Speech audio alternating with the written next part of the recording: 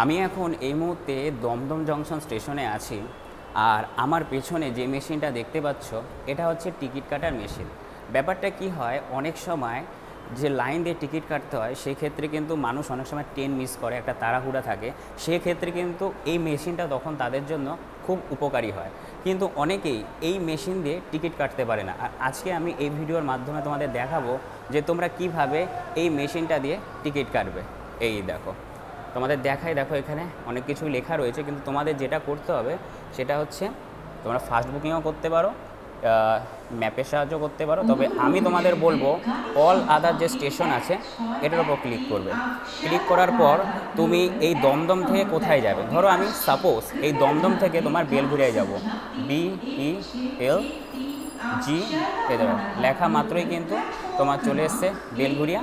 এবার এখানে তুমি যদি একা যাও তাহলে এখানে পে অপশন হয়, তুমি ক্লিক করে দেবে।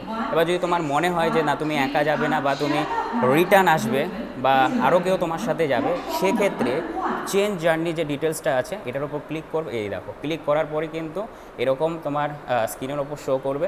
এবার যদি তুমি একা যাও কোনো সমস্যা নেই, সিঙ্গেল জার্নি করলেও কোনো সমস্যা নেই।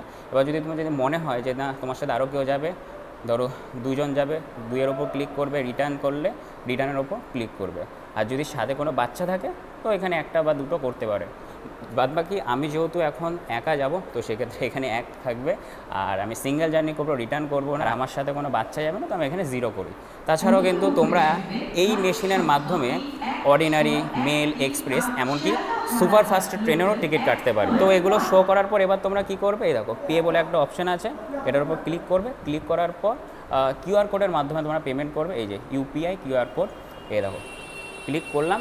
ক্লিক করার পরে কিন্তু এরকম কিউআর কোড আসবে। আর কিউআর কোড যখনই আসবে তখনই কিন্তু তোমাদের অনলাইনে পেমেন্ট করতে হবে। এই দেখো আমি সাইট থেকে পেমেন্ট করছি, দেখানো যাবে না।